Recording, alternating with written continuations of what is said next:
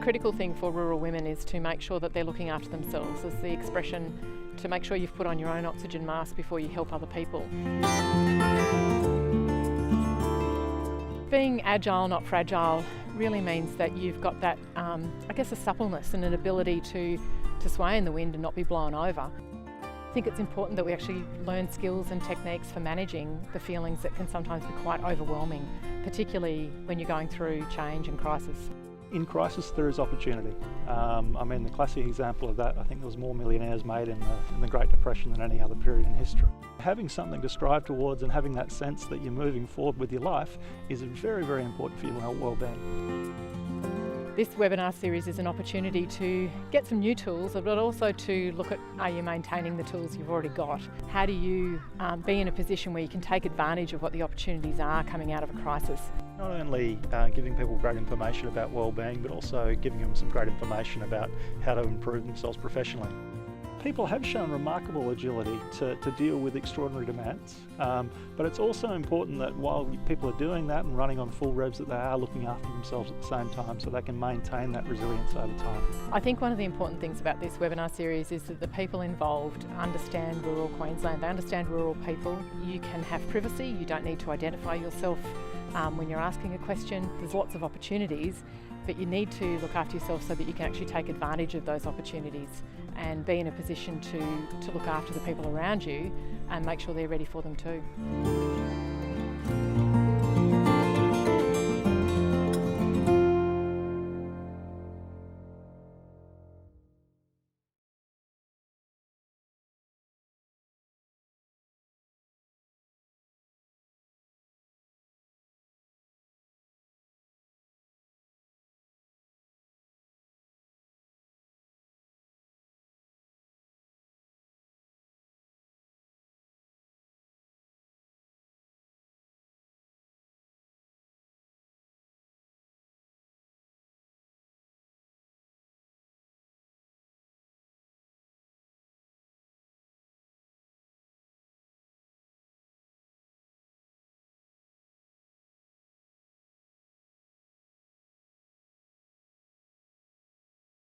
Well, tonight we're here to talk about social connection and staying connected.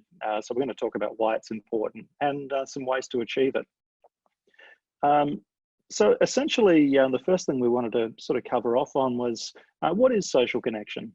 Well, it's not just about talking to different people each day. It's really having quality, meaningful relationships, and a number of them.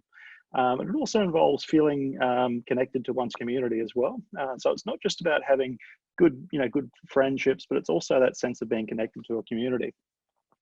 The other thing is it does involve feeling seen, heard, and valued. So that's also important. So it's not just about, I've actually talked to a few people today, so I'm obviously socially connected. That's part of it, but there's a little bit more to it. So it's about having that more meaningful relationship with a number of different people, and that's important as well. It's really important that we don't just have one person. All that's very helpful by itself, but it's good to have a bit of a network.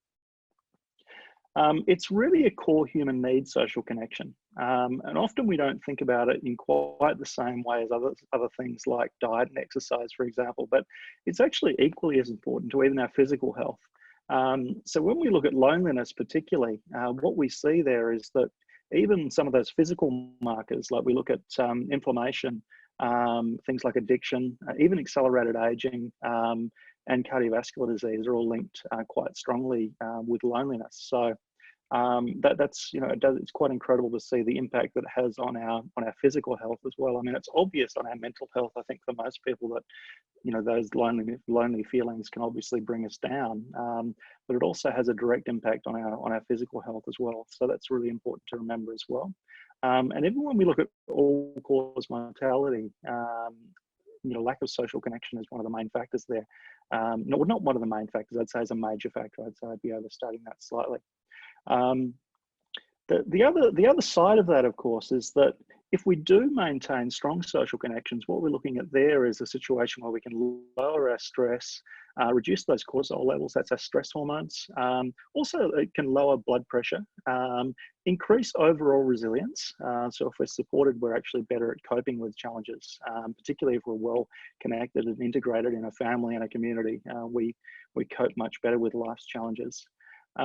And even reducing the likelihood of chronic disease. So heart disease particularly is strongly related to that, but also diabetes and a number of other health conditions, particularly in inflammation, has also been shown in many studies to be related to lack of social connection, which is quite incredible to look at a physical impact of something like a lack of social connection and loneliness. But if you imagine you actually see people that are spending lots of time by themselves, particularly older people, you'll actually see this quite obviously.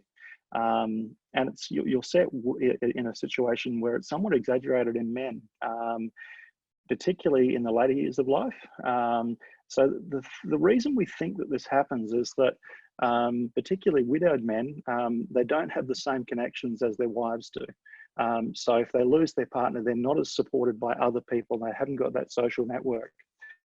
And the incredible thing about that is that men actually die quite a lot younger when they're widowed, but that's not the impact on women so much. So just knowing the importance of how important a social connection is, I think that gives you a little bit of a morbid example, but it just really does hammer home how important staying connected is. So we know it's really important, and I guess what I'd really like to focus on is really how it's done. I think even if we didn't look at the physical health impacts, we know that loneliness is not a great feeling, and most of us require other people to feel well and have a good day generally. There are some exceptions to that. There are people that do quite well by themselves with very little contact, but they are very much an exception. There's not many of those, but there are some people out there that are quite happy with their own company and don't seem to need that interaction, but that is incredibly rare. So in terms of building those, the basics are obviously showing up. And this is particularly important when you've got someone who might be feeling down or just not very well generally. They tend to isolate a little bit. And one of the most important things you can do if you are feeling sort of lonely but also down is actually push yourself to actually go and involve yourself in something. We're going to go into some examples of that. Being involved generally in the community is really important. And making the time. One of the things that often happens is that other things get in the way, particularly those sort of close friendships. We do lose those over the years or lose contact. So what I mean by that is often the relationship's still there. So if you imagine that you've got close friends you've been friends with for years, you see them 7 years down the track and you bump into them and there is still that connection there. And that's sort of maintained, but what hasn't happened is that it hasn't been built. And it hasn't been a source of strength during that time when you haven't seen each other. So it's not like it disappears, but we don't get the same benefit if we don't make that regular contact and we don't build it. We might be able to maintain it over years, but you won't get the same benefit without actually making that concerted effort to stay in touch and maintaining contact. And one of the ways that is really useful nowadays is using technology. There hasn't been a major change, in a long time with this in terms of what we've had a telephone for a long time. So if we're living in different areas, there's great opportunities now with technology in terms of staying connected, but a telephone is excellent as well. So I think we've had that ability for a long time. We're going to go a little bit further into technology further in the presentation. The other things we're going to look at is managing some of those barriers to maintaining connection. And one of those is conflict, and the other one is just the way that we communicate. So we're going to spend a little bit of time on those. So I think we can all sort of agree that it's an important thing to do, and so we'll just jump into some of the ways that we recommend to do this. The thing that I'd say about getting involved in social activities is that it's really important to schedule those and actually put priority on them. So a lot of the time what happens is that there might be something coming up in the future. Maybe we'll go to that, but we don't actually schedule the time to do it. And sometimes we don't make that commitment. And making that commitment can be the thing that really drives someone from just having an interest and actually missing out on that and just sort of going on with daily life. But those social activities, actually scheduling them in advance and giving them the weight that they're actually important for our our well-being, not just for a good time, but also just looking after ourselves generally. So it's important to schedule those things in. The other thing is, if you are finding yourself isolated in a community, a great way of actually getting into a community is joining a club. This is really important, particularly for people who are retiring, and particularly when I was talking about that example with men who are retiring, they often struggle because a lot of their social connections are related to their work. And one of the best ways of actually making that bridge where we've lost some social connection if we're moving into retirement is actually to join a club. And that makes a huge difference. And you'll see the positive impact on this if you look at things like men's sheds. I mean, that's one of the main reasons that was set up, really, was to provide that support. So what can happen at different points in our life? So it can be we're moving, we might be moving towns, it might be due to retirement, so we're losing some of that work connection.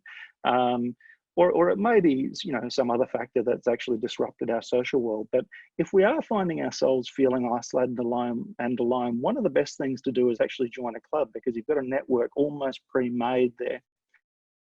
And it also can give you a sense of purpose. Now, one of the other great ways of making connections and connecting with people that might have the same interests that you can really connect with is by volunteering. So if you're really passionate about something, a great way to build a strong social network is to volunteer in that area, because you're going to meet people that are, well, hopefully like-minded. I guess you might care about some of the same things, certainly if you're volunteering in the same area. There is a word of warning about volunteering though. And that is really, you know, make sure you don't overdo it. Particularly if you look at smaller towns and communities, what you'll see is that most of the volunteering is done by a small group of people. And it does take a huge amount of their time. Very, very good, but it's very, you know, they have to be careful that it's not disrupting other elements of their life, which you see all the time. So great thing to do, but also make sure that you're keeping it balanced with other areas of your life. Volunteering quite a bit. People give too much sometimes. So it's important that we don't overdo it and make sure that we continue to value those other social connections in our life. So we're not missing out on important family time and that kind of thing, which can happen quite easily. So it's about finding that balance, but it's just a great thing to do, but always make sure that you're considering your other obligations and your other social obligations. So important to remember that as well, but a great way of connecting with people that you might share the same values with, that you might care about the same things, and that's a great way of really identifying a group that you might be able to get that good social connection with. So that's really worthwhile, and it gives you a purpose by itself. So it's a great thing to do. The other thing that is really valuable is learning how to get the most out of technology. Obviously, as I was saying before, you know, telephone's always been a great way of staying in contact with people. I mean, even letters have been a good way of doing that as well. But now we've got, you know, incredible, unprecedented access to technology where we can use video calling. So you've got, you know, Skype, Zoom, FaceTime, Facebook Messenger with a video function, and some of that might be messaging as well, that kind of thing, to stay in contact that way. But really, what that takes away is distance. Now, I'm not saying that's exactly the same as, you know, catching up face to face. I don't think it is quite the same, but it's very, very close to it, which I think we'll be finding. Many people have got more comfortable with using things like Zoom since we've seen COVID-19. And it's been quite amazing how well people have been able to utilize that to stay connected. And that's actually an interesting thing I've heard from people living more remotely, is that people from from the coast or more populated areas, they're actually getting more contact from those people than they have before, which is quite fascinating. So people in the city have been calling people in the country more often or staying in contact that way, which is really quite fascinating to see. So there has been that change in that way. But really, really valuable. And the other good thing about this is, particularly for children, that having that that visual element there is just absolutely fantastic. And we've actually got a program that's running now that actually gives people tips on how to use these technologies. And I'll put that in the tip sheet when that does get sent around. But essentially, if you've got an iPhone, you can obviously use FaceTime, very easy to use, and Skype and Zoom and Facebook Messenger, very, very, very easy to use, and you've got that direct video contact. And we're really seeing a huge improvement in people that have seen times that have been more isolated, particularly older people, and their ability to actually use technology is improving quite substantially. We've put some time into that, but that's quite incredible as well. So that's a great technology to use. But the thing that I'd say about using technology is it's really fantastic, but I think we really do need to combine that with that face-to-face time. I think that has an element that's separate to that. Very, very valuable using technology. And it really does give us an ability to bridge great distances, which is absolutely fantastic. But I really recommend that wherever possible, we actually combine that with planning get-togethers. So we have that ongoing contact, might be by telephone or over video link, but also making sure that we have that face-to-face time. And really combine those two. So if we're catching up for a period of months, maybe we arrange a time to catch up, but combine those. We certainly don't want people relying entirely on the use of technology to stay connected if they don't have to. So that's what I'd say about that. Now some of the main things that come up in terms of barriers to connection, these are the things that really can stop people and end up in a situation where they're feeling quite lonely. One of those is distance, and we've talked about how technology can really help bridge that distance, but it still provides a barrier.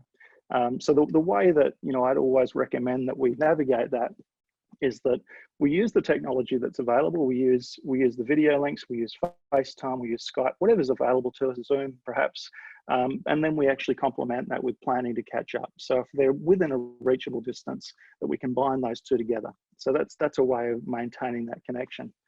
In terms of time, it's really about making time. And like I say, with just about everything, the way of doing this is to schedule it. Make sure that you make a priority of putting time into maintaining your social connections. And really, that's really a decision that involves, okay, I've got this time in my schedule. I'm going to make the time to make sure I call this person, catch up with this person, invest in those relationships. And really, that is simply a decision that we make. We make a time to sort of prioritize making our social worlds a priority, because it really does make a difference to our mental health, our connections to others. I mean, it even makes a difference in terms of our professional development as well. That's hugely important, staying connected in that way as well. Because I think it's quite clear that, having good relationships with people in our personal life makes a huge difference to the quality of that. And having good relationships in our professional life also does the same thing. So making time is really a decision. Now, in terms of conflict, we're going to go slightly more into ways of managing that. And also poor communication skills can be a barrier. This is often more of a barrier for men than it is for women, actually. Men have less developed verbal communication skills, and you'll see that very often. In an argument, you'll see men will go quiet faster. It's because we're not as good with words, and it happens fairly often. So that's the other thing. So, and I'll go through some ways of really managing, particularly focusing on those last two. We've talked about distance in terms of using technology and making the time to actually bridge that gap physically when we get the chance, making time, making it a priority. But we'll go a little bit further into conflict. So conflict is a major challenge to connection. If you look at people falling out or losing that connection, often it is actually about conflict. So there might be a disagreement about something, a misunderstanding. Very often, this is where people can sort of part ways and lose that connection. So in terms of overcoming conflict, if you're already in that situation where you're finding someone that you've been quite close to, but all of a sudden there's a conflict that has developed, the first thing we want to really do is really listen to understand. We want to understand where the person's coming from. No one will ever listen to you unless they feel understood. And really adding to that is the idea of making sure that we're not, creating a straw man. Now, what a straw man is basically, well, it's really from politics generally, is where that word comes from. So what you do when you create a straw man, and you'll probably have done it in your own life, is that you take the person's argument, and what you do is you make sort of a flimsy version of it, so a straw man, and then you attack the flimsy version. So that's often what we do when we have an argument with someone. The classic thing you'll see politicians do, that's a classic example of that. But we do it in our personal lives and our professional lives. So we take someone's argument and we sort of make this sort of flimsy example of it, and then we attack the flimsy example of it. Not a great way to proceed. There's another really valuable way of doing it, which is actually to take their argument and make it as strong as possible, which seems like a really odd idea, but really, really helpful if you're arguing with someone who's not as good a communicator as you are.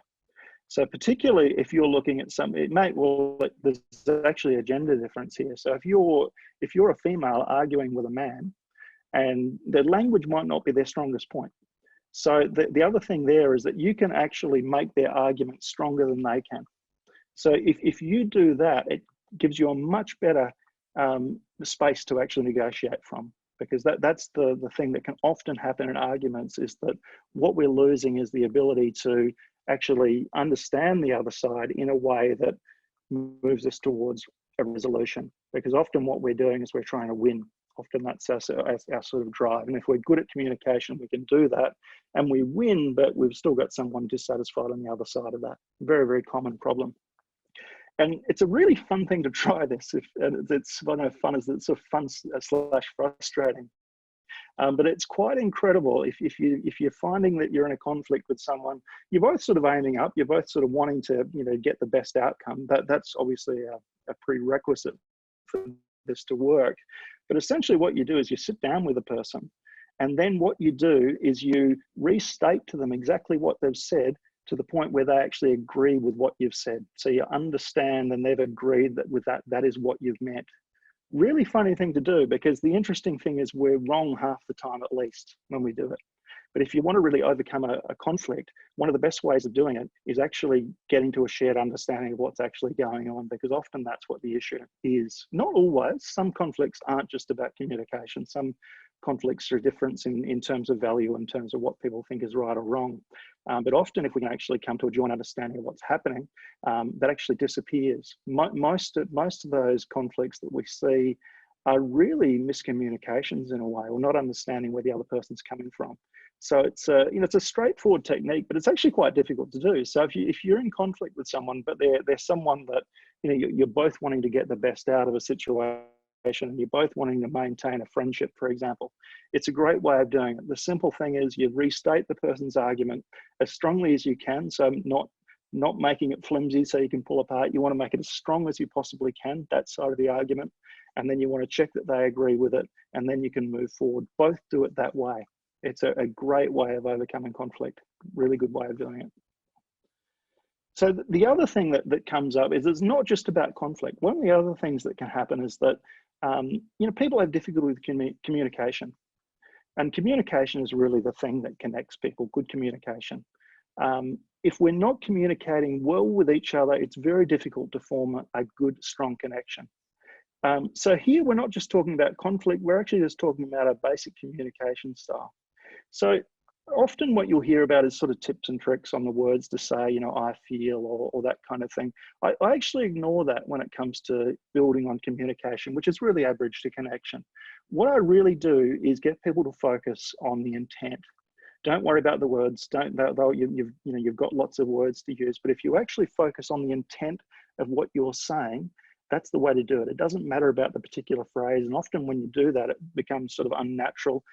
It sounds forced, and it just sort of becomes a bit of an unusual, uncomfortable conversation. So what I really encourage people to do is look at what the intent is. So if we look at aggressive communication, what we'd be looking at there is the intent. So if my intent is for me to win and you to lose, then automatically what I know is I'm actually being an aggressive communication style, right? So there are times when that's actually a useful communication style to have. Aggressive communication is required in some circumstances, particularly when someone's trying to walk over you, for example, in like a bullying kind of situation. Aggressive communication can be quite helpful, but most of the time it's not a particularly helpful way of doing it. Now, the easy way of doing this is don't think about particular words that are being used. Really think about what the intent. If the intent is competition, then we're looking at more of an aggressive communication style. And really that idea that it's all about my needs and not so much about your needs, or it's a competitive drive, is what aggressive communication is. So the other thing that will come up is passive communication. So that's the opposite end of the spectrum, really. And what happens here is that really it's about my needs don't matter, your needs matter. So you win, I lose. You sort of go away happy, but I get resentful. That's the other way that people do fall into a trap very commonly with communication. So passive communication, sometimes there are times when passive communication is used, and I'd recommend you use it. So imagine that you come across someone that might be very, very angry. You're in a situation that might be quite dangerous. I would use passive communication. I'd actually use passive communication and get out of there. So there are times when it's useful, but most of the time in everyday life, passive communication and aggressive communication aren't going to be the way forward. And again, it's about looking at intent. So if we look at the intent in terms of, I just want you to be happy, I'm not worried about my needs, then what we're using there is passive communication. Now, the thing that we really want to drive people towards is assertive communication, which is win-win. So the underlying assumption of assertive communication is everybody matters. And that's the way that really any communication, in a workplace, for example, in a family, in a society, that's the thing that actually makes things work, is that we really focus on everybody matters. My needs matter, your needs matter. We want to be in a situation where everyone gets the best possible outcome. So that's what assertive communication is. And I think we do sometimes get confused about what assertive communication is, because often what I see is that people do assertive communication work, but really what they're doing is doing aggressive communication work. So it's more about a competitive drive. And that's not really what assertive communication is. It's really about everyone's needs matter. So I'll consider my needs and your needs, and we'll hopefully be able to come to a consensus. Now, assertive communication is not always the best strategy, but it is most of the time. So there are times that we want to use more of an aggressive communication style when there is a need to win an argument, for example. Certainly if you want a lawyer, you want an aggressive communicator. You don't want someone necessarily being assertive. You want them to be one side and on your side, for example. But in general day-to-day life, what we want to focus on is win-win, and everybody matters in our communication style. So if we're thinking about it, really, a great way of doing that is really just think about the intent. Am I going for win-win here and everybody matters, or am I doing something else? Because if we're doing something else, it's probably unlikely to be helpful over the longer term. So that's the key points out of communication. And really, communication is the absolute key thing to what builds connection. It's what it is. And it's the main way that people fall down. Obviously, people do things outside of that, where it results in situations where people might, there might be betrayal and that kind of thing, which is not about communication, breaches of trust, those kind of things. But actually, most of our difficulties with connection is actually due to the way that we communicate and problems negotiating conflict. They're the most common ones. So really, they're the main points that I really wanted to cover tonight about staying connected. And just to go over those again, really what we're looking at is making sure that we're putting time into it. We're making sure that we're making it a priority, whether that's staying in contact with people, whether it might be joining a club, making sure that we're actually scheduling those activities, making sure that we actually put value onto those social connections, because they're really important for maintaining our well-being generally, but also important in terms of our professional lives and also our mental health. Really, really important things to do. And I guess the thing that we really want to point to here is that it's really worth your time to build and maintain those connections with others. It really does pay off. So really, I'd like to open up now to questions. And I'd be happy to, address specific questions if you want to put those in the chat box. But really, the key things here is we want to focus on with connections is that I want you to remember they're important, they're worth your time. And there are some quite simple strategies to deal with conflict and some good ways of dealing with our communication style if we're just looking at that intent. And that's the best way generally to maintain those connections and make sure they're strong.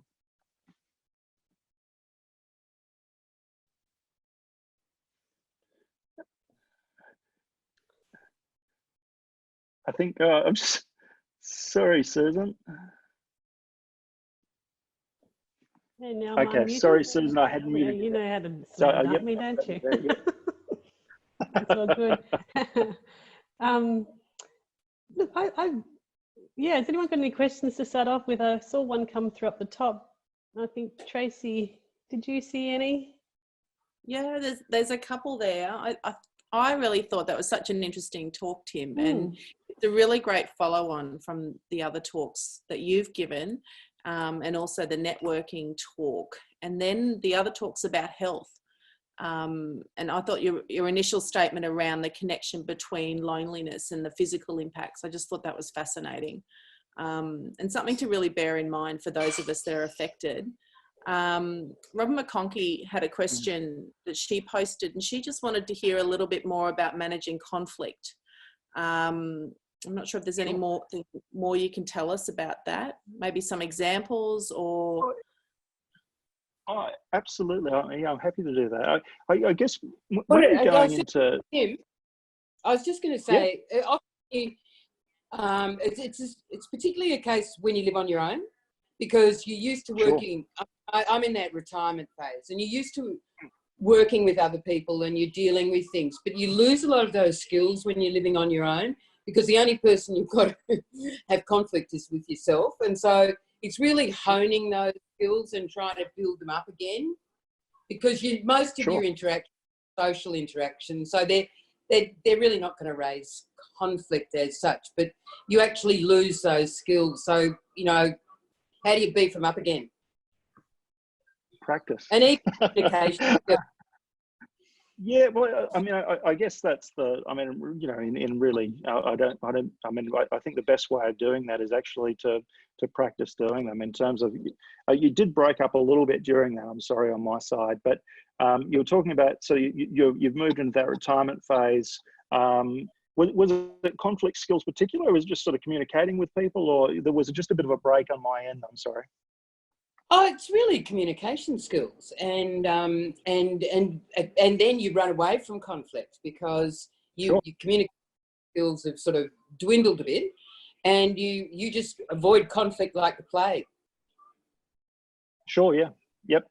Look, I mean, I think the best thing to do is really just focus on intent. That's really what you really want to focus on.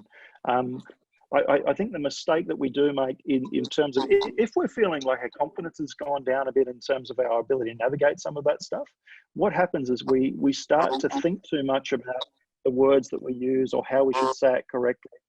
Whereas we're far better off to actually just focus on the intent. So if we're focusing on the intent of actually understanding where the other person is, aiming up in terms of, you want the best from that discussion, and don't focus on particular words. I know that psychologists talk about this, but I don't think it really works, because what it really does, if we talk about specific strategies, is you've got another thing in your head to try and navigate.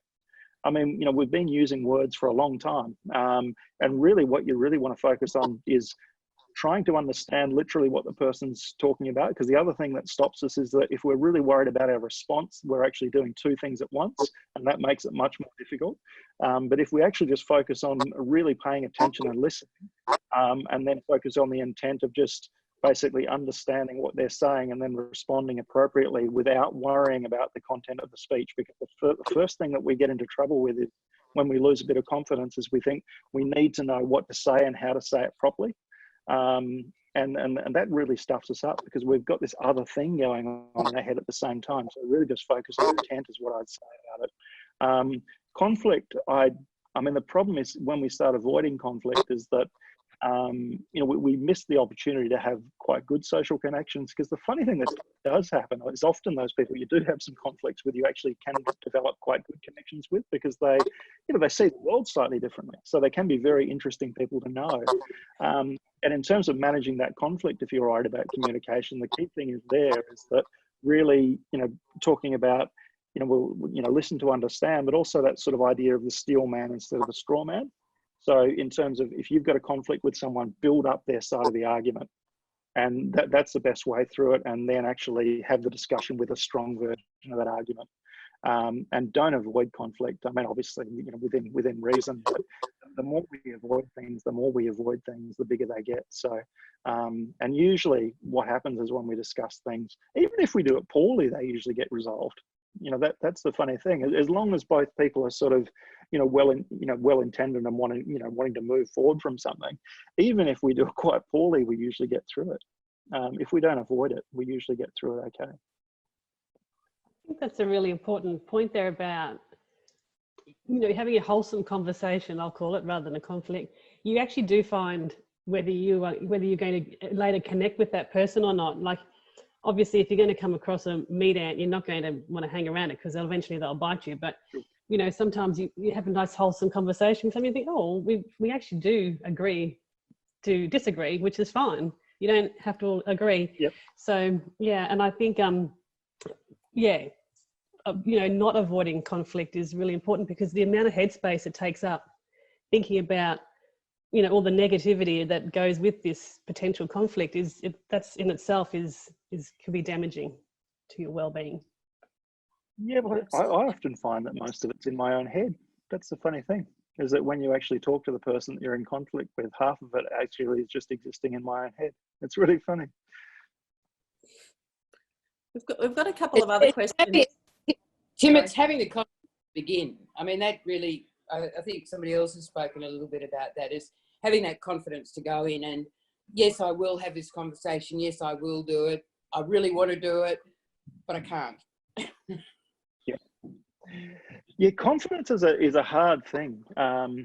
You know, if it's shaken particularly. But I tell you what, the fastest way through it is to do it. That's by far the fastest way through it. We've got a couple of questions here around how sort of to deal with communication if the other person really doesn't want to communicate, and maybe how to approach that, and other people that might have just preferred to be isolated, and how that affects the people around them. Just maybe some comments on that. Probably don't do it, would be my main comment there. So if you've got someone, even if you think that they really need to talk, you know, often the best way of doing that is to let them know that, you know, you're available to talk if they want to talk, but pushing people to talk very rarely works. And the thing I always talk about with that is that, you know, it's that horse to water thing. And when you're trying to force someone to talk, you're pushing the horse's head in the trough. And it's kind of the same idea, and you usually get a bad response from it. Look, occasionally I've seen, you know, people do that and they actually get a positive response, but most of the time, if someone doesn't want to talk, pushing them to do it is not the way forward. It's really just let them know that if they do want to talk to someone, you're there. But often what happens with that is that you sort of push them away further. That can be the difficult one. So it does require quite a lot of delicacy in the way that's handled. And there are times when it might not be, I mean, I'm really talking about that in terms of mental health support, but there are times when we need to talk about, you know, things with someone that might not want to talk about these things, but it is actually essentially discussed. So we're talking about, might be a marriage, for example, or there might be difficult business relationships where the other person doesn't want to talk about whatever it is, but it needs to be discussed. So I was talking from a mental health perspective there, in terms of if someone's, you know, feeling really on edge and they don't want to talk, don't make them talk. But there are times when people actually do need to communicate. There are important things to actually go through. And really the only way you can do that with someone that doesn't want to talk in situations where you need to is basically keep it simple, say why it's important to you, and be patient with it, because it's quite a difficult thing to do. And actually use silences is a great way to make people talk, because I tell you what, that can make them uncomfortable as well. If you just sit there, say what you're saying, silently wait, and for them to fill the space. I mean, that works quite well by itself. So don't fill the space after you've asked your question. And often that sort of pressure makes people talk if you're wanting to talk to someone. But look, it works. It's a good way of doing it. So don't fill the silence if you've got someone in that situation where you've got something that needs to be discussed. Ask the question, give it time. We've just got another comment there, which really echoes what Robin's saying around stages of life where you can lose your confidence. And as you move through different stages of life, you start to feel a little bit invisible. And you're sort of having to communicate with different groups of people in different ways. And that can be a bit destabilizing, and your communication changes. So, and maybe that applies to different jobs, different environments and communities. That's a really common problem. Like a lot of people in retirement, talk about that feeling of feeling invisible. And I guess that, and to be honest, it happens. People are treated differently. You'll see it quite often. So it's not like they're imagining that that's happening. They're absolutely becoming like people don't see them in the same way, which is just ridiculous. But it is what happens. And really, the way around that is actually designing your social group within that. So there's lots of people in that same situation. So if you're imagining that, particularly people have left the workforce and that's been a major part of their identity and a part of their connections, then all of a sudden they've lost that. So they haven't got those same connections anymore, feeling invisible in that way. It's really about rebuilding that network, because, no one's invisible, obviously, but it's about having other people value in a different context. Particularly problematic for men in terms of the end of a career. Women do this better because they've actually got those connections that matter outside of work. Men are much poorer at it, but the way of doing it is just find another circle. But it's a difficult thing to manage because you see it happen. But that's the way of doing it, is making sure that you do have those meaningful relationships, and that might be involving yourself in, it might be in a club, it might be in some sort of other cause, but having some way of connecting with people who think you matter, that's really important. Do you have anything else there, Susan? There just weren't any more questions. Anyone else have any other questions? I received this thing today. It's a letter that I wrote to myself a year at the QN conference last year, and it was from Oz Mumpreneur or Mumpreneur, and we must have written it. It was delightful because I can't remember when I last received a letter that wasn't a bill. But it was a letter I wrote at the QN conference, and it really was fantastic because maybe we should all do it ourselves, write a letter to ourselves and get someone to post it to us a year around. But it just said, "Hi, Rob. Hope the garden is going well." It just gave me a whole lot of dot points of things that I obviously wanted to achieve in the next year. And I received it. I had no expectation of it, and it said, and some of the things I've done, some of the things I'm still doing, but I really like the little postcard. And I don't know if we all got them or it's the one that I picked. It just said, "Go confidently in the direction of your dreams, live the life you have imagined." Don't you reckon that's a great thing? And it came out of the QN conference last year, but I don't know.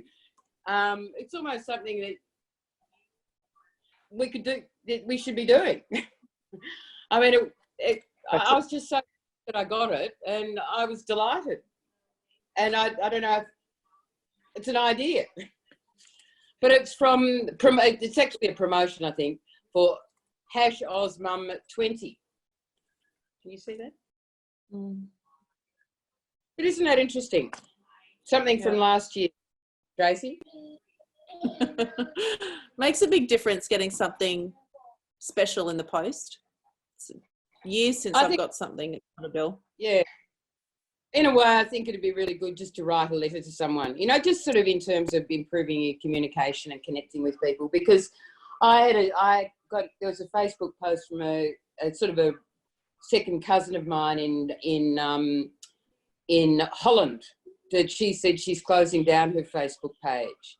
And I said, "Oh, that's really a pity," because I'm sort of not a close friend of hers, but, because it was a really great way to connect and see what she and her family are doing. And she just finds Facebook totally destructive and says she's got better ways to connect with her friends and her relatives. And so I don't know whether some people, I think that I always thought of Facebook when it first came up as a brilliant thing for rural women, because it really did provide an incredible social connection in rural and remote areas. But I think, and not that I've ever experienced that, but I think in some ways it can be isolating and it can be destructive. I don't know if you've got any thoughts about that, Tim.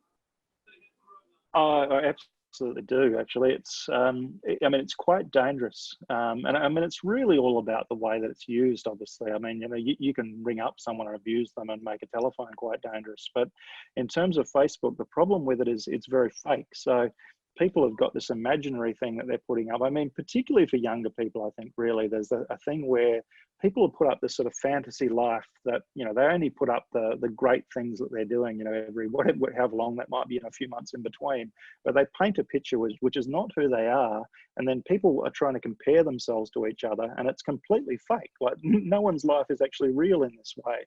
And you see people's self-esteem sort of fall a little bit, and for two reasons. And it's really because they're looking at, it looks like everyone's having a better life than they are and not having any of the same challenges, which is not, obviously not true. And the other thing is that people are comparing themselves to each other much more than I think they would in any other platform, which is quite odd. So it's a really silly idea that we can really compare, you know, anyone to anyone, because we really don't know the details of anyone's life. But I think that's a way it is quite destructive. I mean, even the way that bullying's happening online as well, that's pretty terrifying. But I generally think about that in a younger demographic generally. I think older people using Facebook, it's a good way of connecting, and you don't see the same sort of rubbish that you see. So I think it's a double-edged sword. You know, you've got the benefits of, you know, keeping those connections up, seeing what people are up to. But it's really about the way that that's used, and it can be used in a really destructive way, or it can be used in a really supportive way. I guess it's just the way that it's used. But I see most of that problem with a much younger demographic, particularly teenagers. It can make a mess. I don't see so much of, well, I mean that's not quite true. I think there are some people who might be middle age or older that actually do see some disruption from social media, just in that same way that people paint unrealistic expectations of their lives, and then people compare that. So they've got a false comparison, and the fact that it's actually making people compare themselves to each other, I think, can be problematic. So as long as it's used for the right reasons, I think it's great, but often it's not. Yeah, it's really easy to misunderstand the context that people are posting images, and if you've got no baseline, you can feel more isolated because you're like, I don't fit here, I don't fit here, I don't fit here. And it doesn't solve the problem. It just lets you know where you don't fit. So yeah, that's a problem. That's absolutely a problem. Yeah. There's lots of wonderful comments coming up. And you're right. I think, Beck, your latest comment there, I witness cyberbullying amongst women in small business almost every single day. That's disturbing. That is, it's, do you think it's getting worse? Attract people. I do. These people are, they're friends, and they are part of a business group that I have started, and they come to me with these concerns, and I talk to them about it, and then they share the screenshots. I can see it for myself on their pages that these women are ganging up on them and getting their friends to troll them and say these awful things. And, these women are in their 30s and their 40s, and it's demeaning and embarrassing, to say the least. It's a pretty horrible space in that way, in terms of if someone gets bullied by a group, it can destroy them, because it's like there's that whole sort of pile-on effect, and people are quite nasty when they're behind a screen. So they don't have those same sort of pull-ups they normally do in day-to-day life. I mean, I haven't come across that much, in terms of that much with adults. I've seen it a lot with teenage kids, but it's horrible to hear that people in their 30s are doing that as well. I have seen that around sort of certain social issues where people are sort of passions flaring and people do start sort of saying nasty things to one another. But that's a pretty horrible situation where you're seeing that sort of bullying pile on. That's pretty horrible, particularly for fully grown adults. Yeah. That's pretty horrible. And there's no laws against cyberbullying for adults. It's I've reached out to Dolly's Dream to try and get some ideas on how this can be approached, but I'm yet to receive a reply. But yeah, there's no laws against cyberbullying against adults. It's to protect adults. It's for children, and it can be business crippling. Like, it does cripple businesses. I think slander laws would still apply. Like if the people are saying things that are false. I mean, I don't have a legal background, but at all. No, But I no, assume nor if do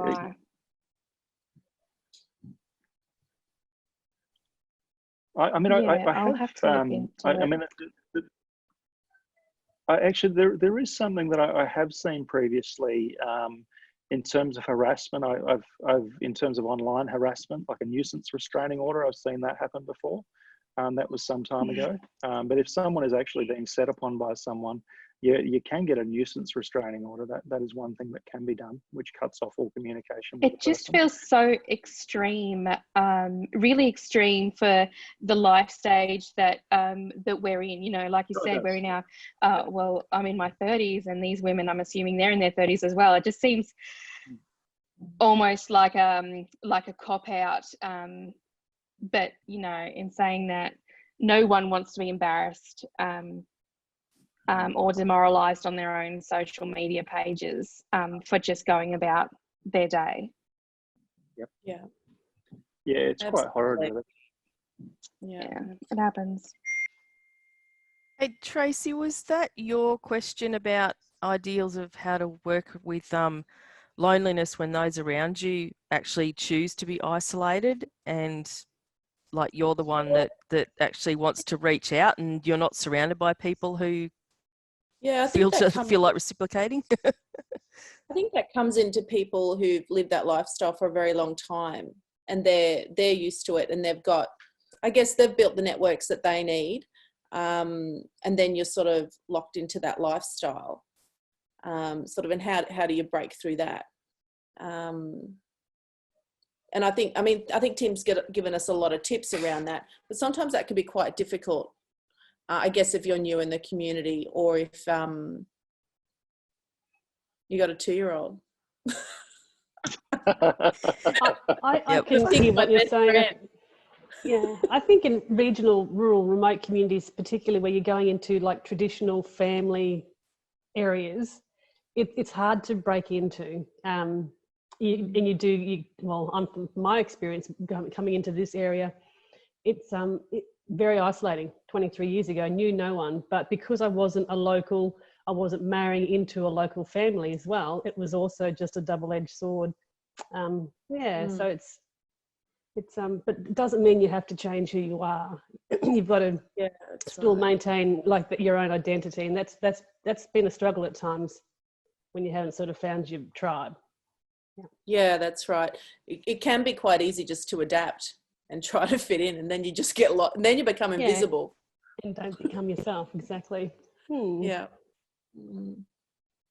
Tracy, do you think that that's actually different in rural communities to what it is in like cities?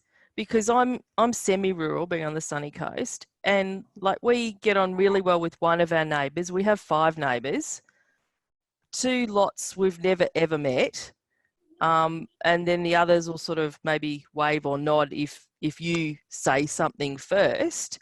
But I actually, just talking to friends that I have in rural areas, and because I deal with a lot of rural courthouses, I find that they actually have better relationships with people, even if it's just waving hello walking down the street or acknowledging someone, than those of us in more highly populated areas where people walk around, don't look each other in the eye and don't communicate.